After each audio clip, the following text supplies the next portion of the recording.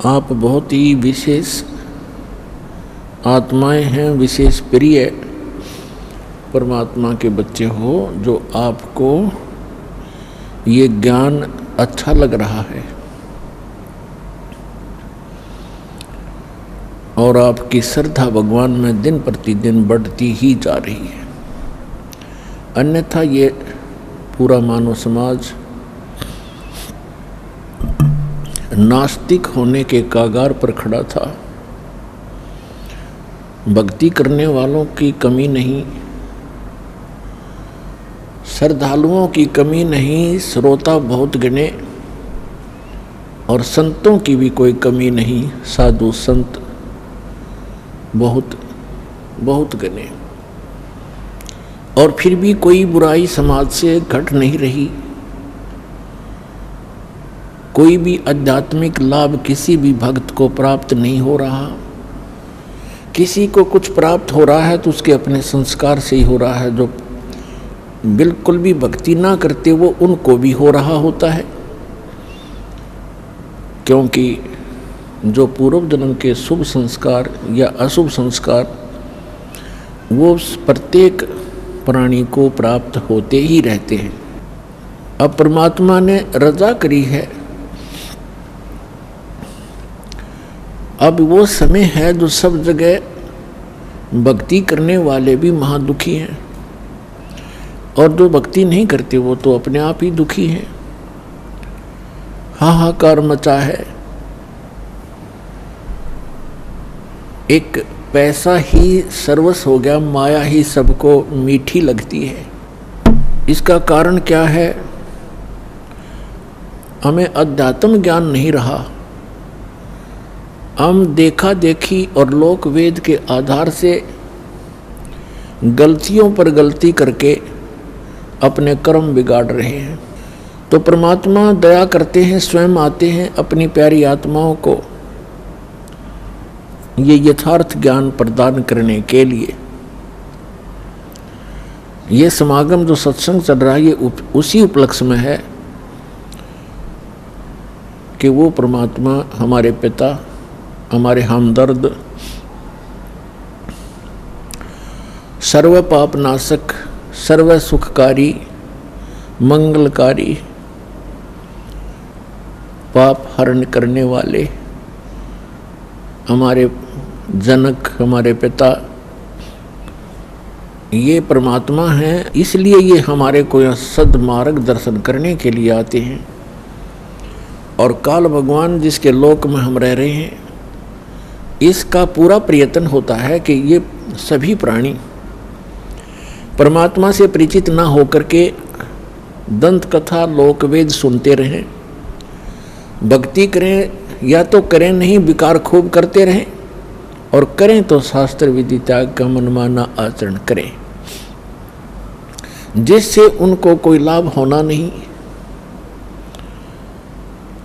और कुछ दिनों में उनकी आस्था भगवान से अपने आप हट जाती है।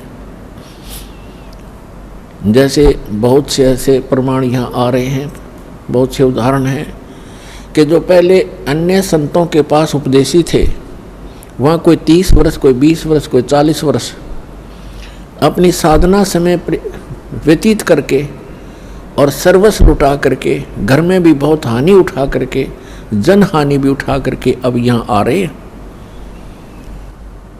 अब यदि उनको ये मार्ग ना मिलता और यहाँ उनको कुछ लाभ ना मिलता तो वो नास्तिक हो जाते पक्के।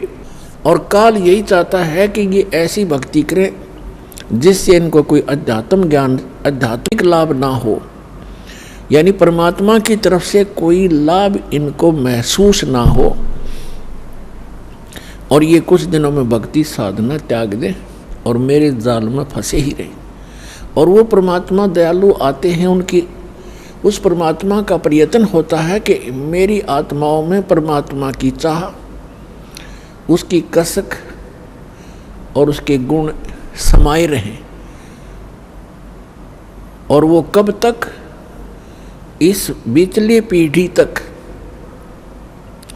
जो सन 1997 में 5505 वर्ष कलयुग बीत चुका है, यहाँ तक परमात्मा ने आपको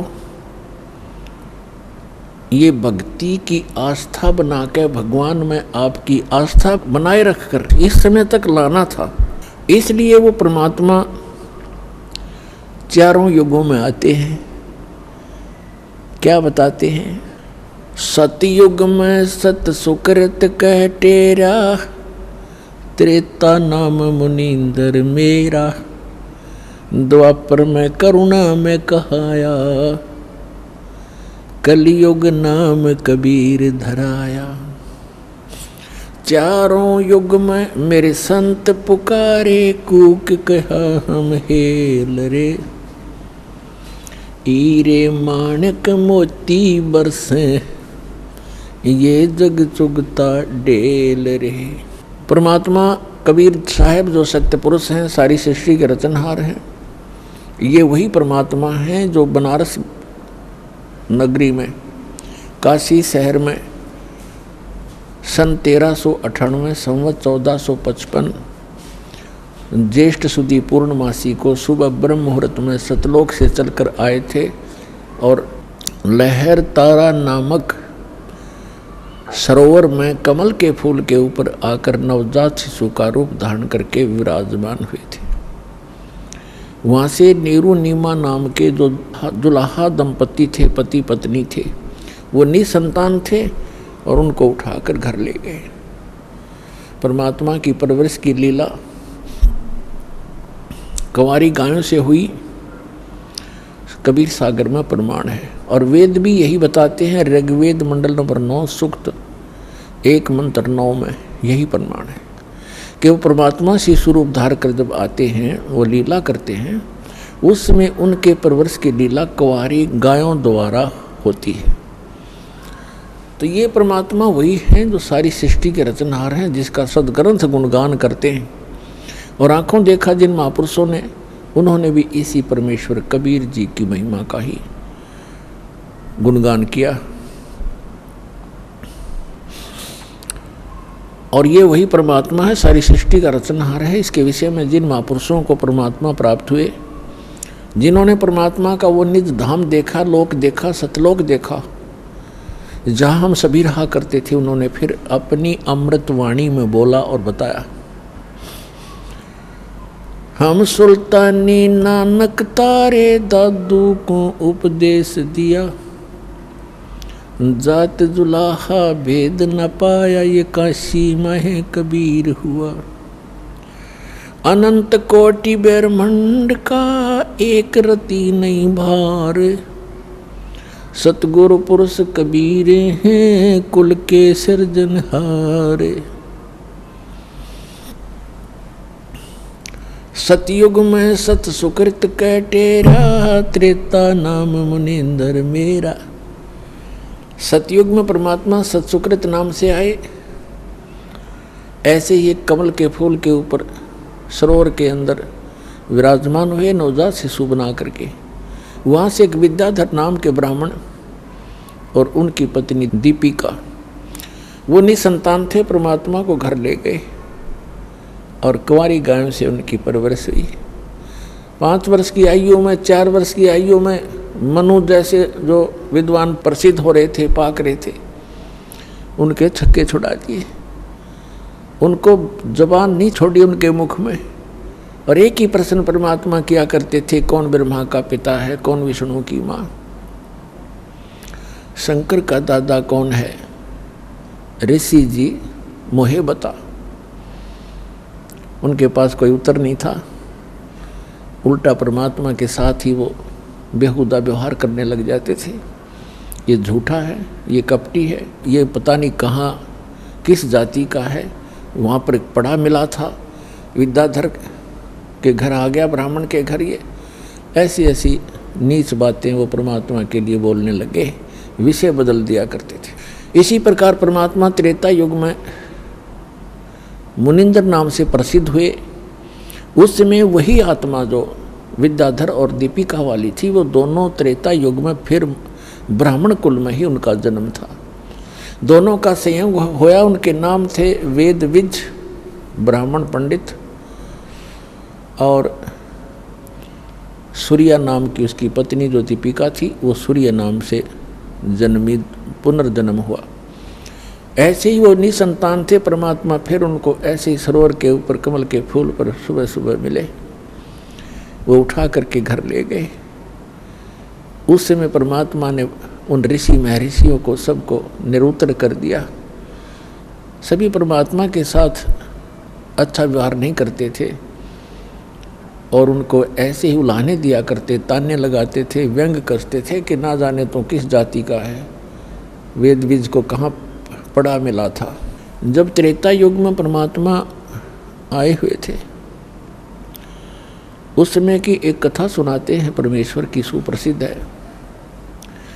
हम एक भक्त ने प्रश्न किया था, जब दास गांव में घर घर में सत्संग करने जाता था, उसने सत्संग सुनने से पहले कहा, जी मैं रामायण को बहुत अच्छी तरह पढ़ता हूँ और गहनता से उसका अध्ययन करता हूँ। मुझे एक दो प्रश्न ऐसे खटक रहे हैं जिनका मुझे किसी भी मंडलेश्वर के पास, किसी भी संत ऋषि आचार्य शंकराचार्य संत महात्मा के पास उसका उत्तर नहीं मिल पा रहा। उत्तर वो देते हैं अपने ढंग से, पर मेरी संतुष्टि नहीं होती। मैंने कहा बोलो भाई बताओ क्या प्रश्न है आपका। उन्होंने कहा कि रामायण के अंदर मंदोदरी जो रावण की पत्नी और विभीषण, उनकी ऐसी वाणी है रामायण के अंदर, उन्होंने जो विचार व्यक्त किए हैं उस राक्षस नगरी के अंदर, ऐसे शुभ विचारों के ये आत्मा कहाँ से आ गई, इनको ये ज्ञान कहाँ से प्राप्त हुआ। मंदोदरी कितना समझाती है, विभीषण भी बहुत अच्छे वचन कहता अपने भाई को, ये विचार उनके पास कहाँ से आ गए, और पूरे श्रीलंका के अंदर कोई बोलनिया नहीं था। और दूसरा वो ये कह रहा था कि जैसे हम सुनते हैं कि समुद्र के ऊपर पुल बनाया, कोई कभी तो हम किसी से सुनते हैं कि श्री रामचंद्र जी ने पत्थर तरा दिए, फिर हम ये भी पढ़ते हैं कि श्री रामचंद्र जी ने 3 दिन तक घुटनों पानी में समुद्र में खड़ा होकर के याद प्रार्थना करते रहे, अग्निबाण से फूंकना चाहा। फिर उन्होंने कहा कि नल नील आपके यहाँ ऐसे भक्त हैं जिनके हाथों में ऐसी करामात है, उनके हाथों से पत्थर भी नहीं डूबते। और नल नील ने पत्थर तरा दिए। कोई कहता है श्री हनुमान जी ने राम नाम लिख दिया पत्थरों पर, वो हल्के हो गए, तैरने लग गए। ये बिना सिर पैर की बात है। मुझे कोई संतुष्टि नहीं मिल रही। मैंने बहुतों से प्रश्न कर लिया, वो भले ही अपनी तरफ से उत्तर देने की चेष्टा करते हैं।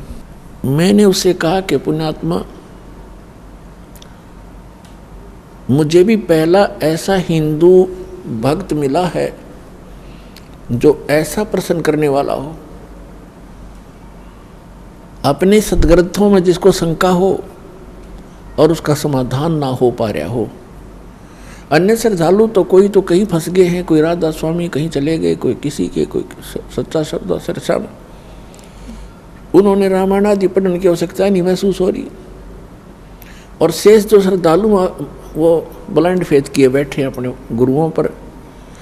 और एक आप हो जो ऐसी बात कही है जो प्रत्येक ने इस पर विवेचन करना चाहिए था। और इसके लिए यदि मैं आपको उत्तर दूंगा अभी, तो आपकी बुद्धि कैच नहीं कर सकती, क्योंकि आप बालक हो अभी, तो आप इस अध्यात्म मार्ग में प्रथम कक्षा के विद्यार्थी भी नहीं हो। तो सबसे पहले आपने सृष्टि रचना सुनना पड़ेगा। अब रात्रि में मैं सत्संग करूंगा, आप सत्संग सुनना, और वो आपके प्रश्नों का उत्तर उसमें मिलेगा। दास ने पहले मौखिक सृष्टि रचना सुनाई और उसको ऐसा लगा जैसे ये दंत कथा, लोक वेद बनावटी सी कहानी है। फिर दास ने सुनाया ये जो उसके प्रश्न का उत्तर था, तो उसकी वो कथा आपको भी सुनाता हूँ। जिस समय परमात्मा स्वयं मुनिंदर नाम से प्रकट थे। उस समय श्रीलंका के अंदर एक चंद्र विजय नाम का एक भाट था। भाट आपको पता होगा, जो राजाओं के घरों में जाते थे, बड़े बड़े नवाबों के घर जाते थे, उनकी प्रशंसा के पुल बांधा करते थे, उनको कथा कहानी सुनाया करते थे, उनको चुटकुले सुनाकर उनकी महिमा के पुल बांधकर प्रसन्न करके उनसे कुछ रोजी रोटी प्राप्त करते रहते थे। वो चंद्र विजय नाम का एक भाट था। उसके घर में पुत्र पुत्रियां और पुत्रवधू कुल मिलाकर 16 सदस्य थे। परमात्मा कहते हैं, सो छल छिद्र मैं करूं अपने जन के काज, गोता मारूं स्वर्ग में जा बैठूं पाताल। गरीबदास जी वर्णन कर रहे हैं परमात्मा की महिमा को। गरीबदास ढूंढता फिरूं अपने हीरे मोती लाल। तो परमात्मा एक साधु रूप में चंद्र विजय जिस रास्ते से सुबह सुबह सैर सपट्टे को जाता था, उस मार्ग में एक वृक्ष के नीचे बैठ के,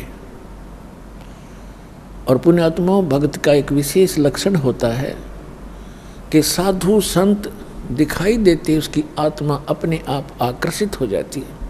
वो उसका सौभाग्य या दुर्भाग्य, वो असली है या नकली, लेकिन वो असली मानकर ही पहुंच जाता है।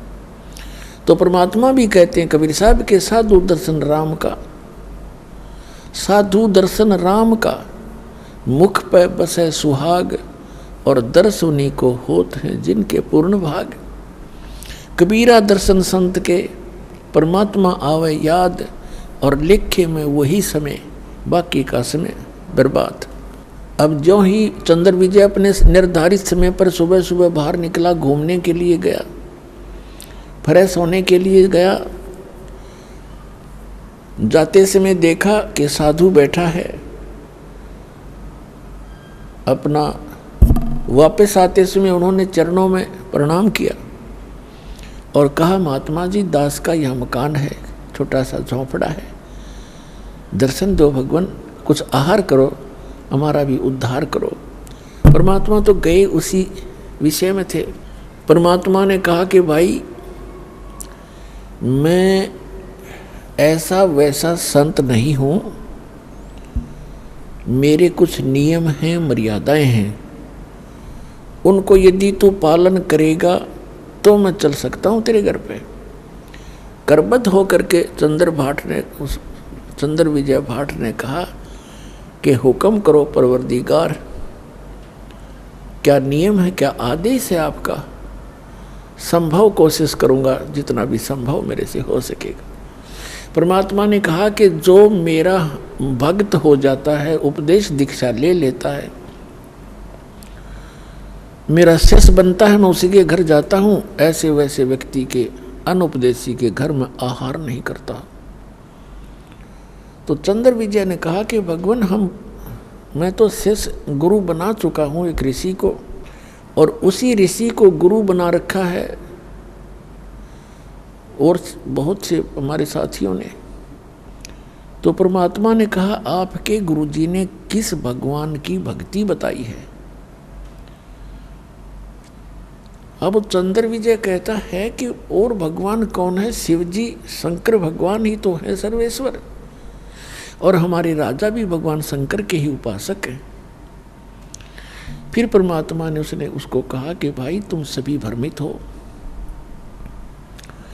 ये शंकर भगवान नहीं है, ये एक देव है, और ये 3 देव एक जैसी ही शक्ति वाले हैं। श्री ब्रह्मा जी रजगुण, श्री विष्णु जी सतगुण, श्री शंकर जी तमोगुण। जैसे आजकल के दृष्टिकोण से अब दास समझाएगा, जैसे एक प्रांत में मिनिस्टर होते हैं, मंत्री, तो उन मंत्रियों का एक जैसा ही रैंक होता है, एक जैसी पावर होती है, एक जैसे ही वो MLA से होते हैं, लेकिन उनके विभागों में अंतर होने से थोड़ी सी वैल्यू उनकी घट बढ़ जाती है, वो अलग बात है। फिर परमात्मा ने बताया 3 लोक का राज है ये, ब्रह्मा विष्णु महेश, ऊंचा धाम कबीर का बाणी बिरह विदेश। 3 देव की जो करते भक्ति, उनकी कदे ना होए मुक्ति। गुण 3 की भक्ति में ये भूल पड़ो संसार, कहे कबीर निज नाम बिना कैसे उतरो पार। आप सुन रहे थे जगत गुरु तत्वदर्शी संत रामपाल जी महाराज जी के मंगल प्रवचन। अधिक जानकारी के लिए विजिट कीजिए हमारी वेबसाइट www.jagatgururampalji.org। संत रामपाल जी महाराज जी के शुभ आशीर्वाद से पूरे विश्व भर में 500 से भी ज्यादा नाम दीक्षा केंद्र हैं, जिन पर संत रामपाल जी महाराज जी द्वारा ऑनलाइन निशुल्क नाम दीक्षा दी जा रही है। अपने नजदीकी नाम दीक्षा केंद्र का पता करने के लिए संपर्क करें 8222880541।